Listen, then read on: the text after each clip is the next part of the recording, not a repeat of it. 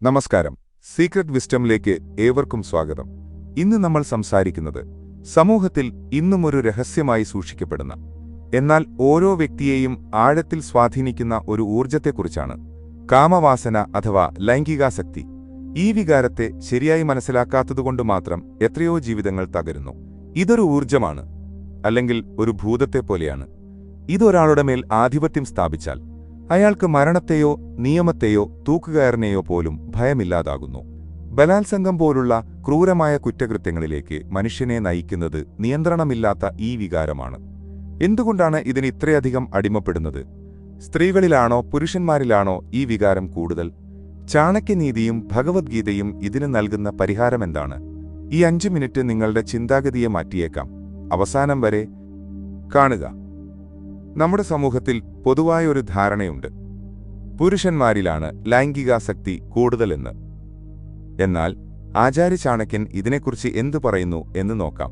ചാണക്യനീതിയിലെ പ്രശസ്തമായ ഒരു ശ്ലോകം ഇപ്രകാരമാണ്: സ്ത്രീണാം ദ്വിഗുണ ആഹാരോ ബുദ്ധിശ്ചാപി ചതുർഗുണ സാഹസം ഷഡ്ഗുണം ചൈവ കാമോഷ്ടഗുണ ഉച്യതേ.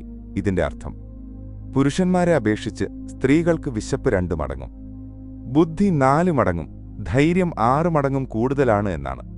എന്നാൽ ഇതിൽ ഏറ്റവും ശ്രദ്ധേയമായ കാര്യം, സ്ത്രീകളിൽ കാമവാസന പുരുഷന്മാരെക്കാൾ 8 മടങ്ങ് കൂടുതലാണെന്നാണ് ചാണക്യൻ പറയുന്നത്.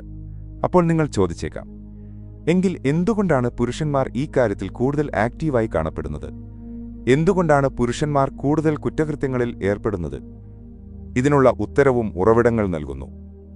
സ്ത്രീകളിൽ ഈ വികാരങ്ങൾ കൂടുതലാണെങ്കിലും അതിനെ നിയന്ത്രിക്കാനുള്ള കഴിവും അവരിൽ വളരെ കൂടുതലാണ്.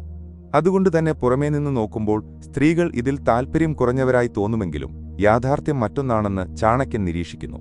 നമ്മുടെ മനസ്സിൽ ഇത്തരം ചിന്തകൾ വരുന്നത് ഒരു പാപമാണോ? മനഃശാസ്ത്രജ്ഞരുടെ അഭിപ്രായത്തിൽ ലൈംഗികത എന്നത് വിശപ്പ് അല്ലെങ്കിൽ ദാഹം പോലെ മനുഷ്യശരീരത്തിന്റെ അടിസ്ഥാനപരമായ ഒരാവശ്യമാണ്. പ്രകൃതിയും ദൈവവും നമ്മുടെ ശരീരത്തെയും തലച്ചോറിനെയും രൂപകൽപ്പന ചെയ്തിരിക്കുന്നത് വംശവർദ്ധനവിനും തലമുറകളെ നിലനിർത്തുന്നതിനുമായാണ്. ഹോർമോണുകളുടെ പ്രവർത്തനഫലമായി ഇത്തരം ചിന്തകൾ വരുന്നത് സ്വാഭാവികമാണ്. പക്ഷേ ഇതെപ്പോഴാണ് അപകടകരമാകുന്നത്? ഈ ചിന്തകൾ നിങ്ങളുടെ ദൈനംദിന ജീവിതത്തെ ബാധിക്കുമ്പോഴാണ് അത് പ്രശ്നമാകുന്നത്. പഠനത്തിലോ ജോലിയിലോ ശ്രദ്ധ കേന്ദ്രീകരിക്കാൻ കഴിയാതെ എപ്പോഴും ഇത്തരം ചിന്തകളിൽ മാത്രം മുഴുകിയിരിക്കുകയും ചെയ്യുന്നത് ഒരു വലിയ മാനസിക പ്രശ്നമായി മാറുന്നു. ഭഗവത്ഗീതയിൽ ശ്രീകൃഷ്ണൻ പറയുന്നത് ലൗകിക സുഖങ്ങൾ അനുഭവിക്കുന്നതിൽ തെറ്റില്ല എന്നാണ്.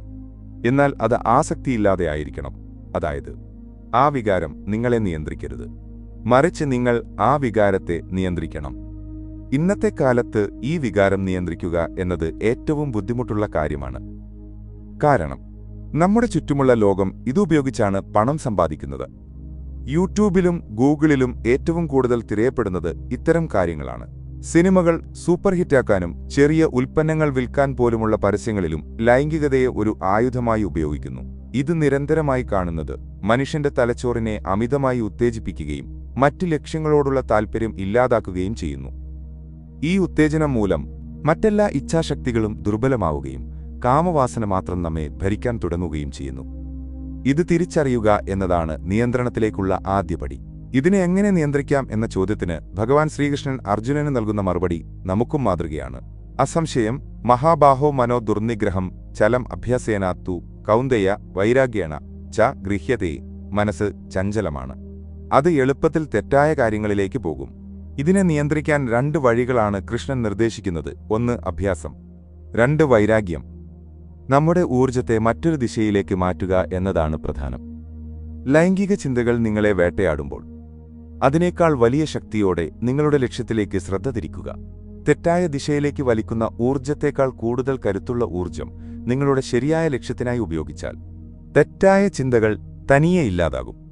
ഒരു കാര്യത്തോടും അമിതമായി അറ്റാച്ച്ഡ് ആകാതിരിക്കാൻ ശീലിക്കുക. ഇതാണ് ജീവിത വിജയത്തിന്റെ രഹസ്യം. പ്രിയപ്പെട്ടവരെ, വികാരങ്ങൾ നമുക്ക് വഴികാട്ടികളാകണം, അല്ലാതെ യജമാനന്മാരാകരുത്. ഈ വീഡിയോയിലൂടെ ലൈംഗികതയെയും ആത്മനിയന്ത്രണത്തെയും കുറിച്ചുള്ള ഒരു പുതിയ കാഴ്ചപ്പാട് നിങ്ങൾക്ക് ലഭിച്ചുവെന്ന് ഞങ്ങൾ വിശ്വസിക്കുന്നു. ഈ വിഷയത്തെക്കുറിച്ച് കൂടുതൽ ആഴത്തിൽ പഠിക്കാൻ നിങ്ങൾക്ക് ആഗ്രഹമുണ്ടെങ്കിൽ പാർട്ട് 2 എന്ന് താഴെ കമന്റ് ചെയ്യുക. ഈ അറിവ് മറ്റുള്ളവരിലേക്കും എത്തിക്കാൻ വീഡിയോ ഷെയർ ചെയ്യുക. ചാനൽ ഇതുവരെ സബ്സ്ക്രൈബ് ചെയ്തിട്ടില്ലെങ്കിൽ ഇപ്പോൾ തന്നെ സബ്സ്ക്രൈബ് ചെയ്യുക. നിങ്ങളുടെ ഓരോ സപ്പോർട്ടും ഇതുപോലെയുള്ള രഹസ്യജ്ഞാനങ്ങൾ നിങ്ങളിലെത്തിക്കാൻ ഞങ്ങൾക്ക് പ്രചോദനമാണ്. നന്ദി.